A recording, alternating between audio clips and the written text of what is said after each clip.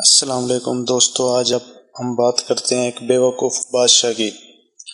بہت دنوں کی بات ہے، کسی جگہ ایک غریب آدمی ایک ٹوٹے پھوٹے پرانے مکان میں رہتا تھا۔ وہ مکان اتنا بسیدہ ہو چکا تھا کہ ایک دن اچانک زمین پر آ پڑا۔ اس غریب آدمی کو نیا مکان بنوانے کی فکر لاحق ہوئی۔ بال بچوں کا پیٹ کاٹ کر اور لوگوں سے قرضہ لے کر اس نے نیا مکان بنوانا شروع کیا۔ دیواریں کھڑی ہو گئی، دروازہ بند کیا، لیکن چھت بھرنے کے لیے غریب کے پاس پیسے نہ بچے۔ چنانچہ اس نے چھت کی جگہ ٹاٹ بچھا کر اس کے اوپر مٹی ڈال دی اور بیوی بچوں سمیت نئے مکان میں جا کر رہنے لگا۔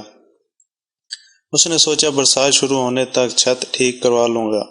اس محلے میں ایک چور رہتا تھا۔ غریب آدمی کا نیا مکان دیکھ کر اس نے سوچا کہ یہ شاید دولت مند ہوگا، اس کے ہاں اچھا خاصا مال ہوگا۔ چنانچہ ایک روز رات کے وقت جب سب سوئے پڑے تھے، وہ چور اس غریب آدمی کے مکان کی چھت پر چڑھ گیا، لیکن چھت پر ابھی ایک دو قدم ہی چلا تھا کہ ٹاٹ پھٹ گیا۔ وہ دم سے نیچے ایک کمرے میں سوئے ہوئے مالک مکان کے اوپر گر پڑا۔ مالک مکان ہڑبڑا کر اٹھ بیٹھا اور چور کو پکڑنے کی کوشش کرنے لگا، لیکن کمرے میں بہت گہرا اندھیرا چھایا ہوا تھا، جس سے فائدہ اٹھا کر چور بھاگ نکلا۔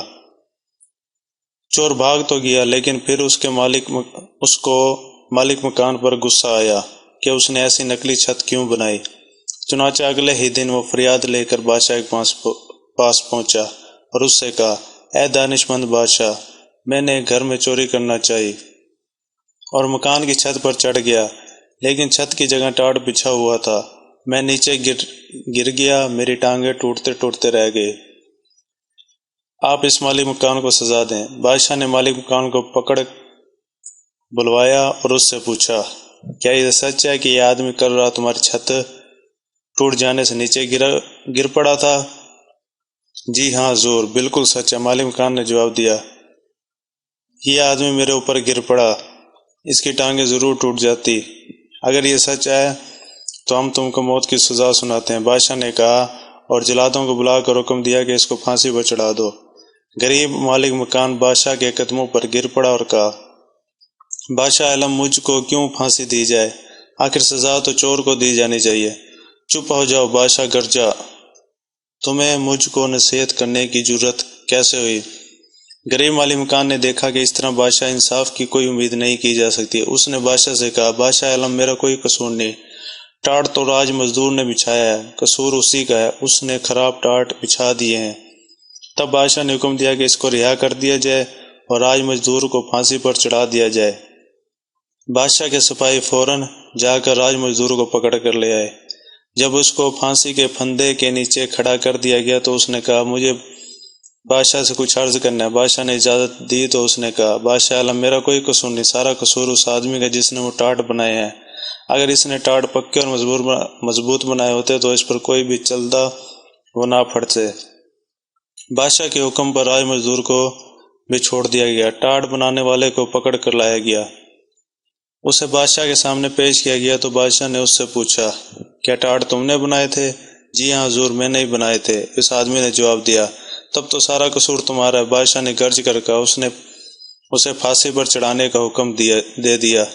بادشاہ سلامت، میں آپ سے کچھ ضروری بات عرض کرنا چاہتا ہوں۔ ٹاٹ بنانے والے نے کہا، بات یہ ہے کہ میرے بنائے ہوئے ٹاٹ ہمیشہ بڑے پکے ہوتے ہیں، لیکن جس وقت میں ٹاٹ بنا رہا تھا اس وقت میرا ایک پڑوسی کبوتر اڑا رہا تھا۔ وہ آسمان میں اڑتے پھر رہے تھے، کلا بازیاں کھا رہے تھے، میں نے ان کا تماشا دیکھنے لگا، ان کا اثر میرے کام پر پڑا، میں نے ٹاٹ چھترے اور کمزور بنا دیے۔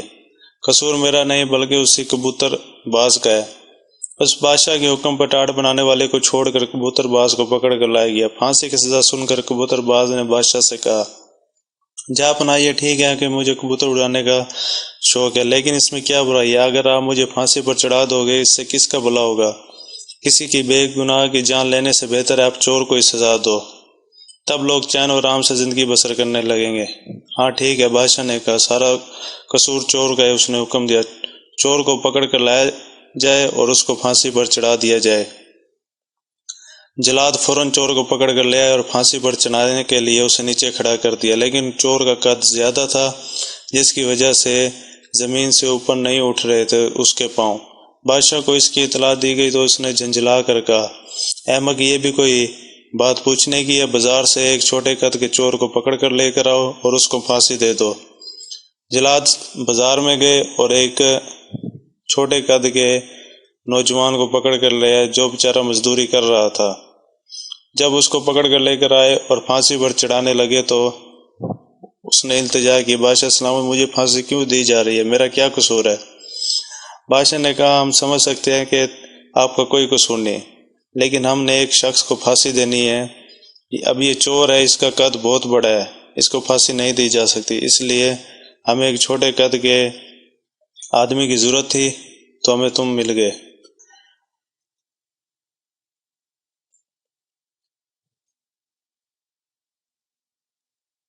چھوٹے قد والے شخص نے بھی کہا، یہ بھی کوئی انصاف ہے؟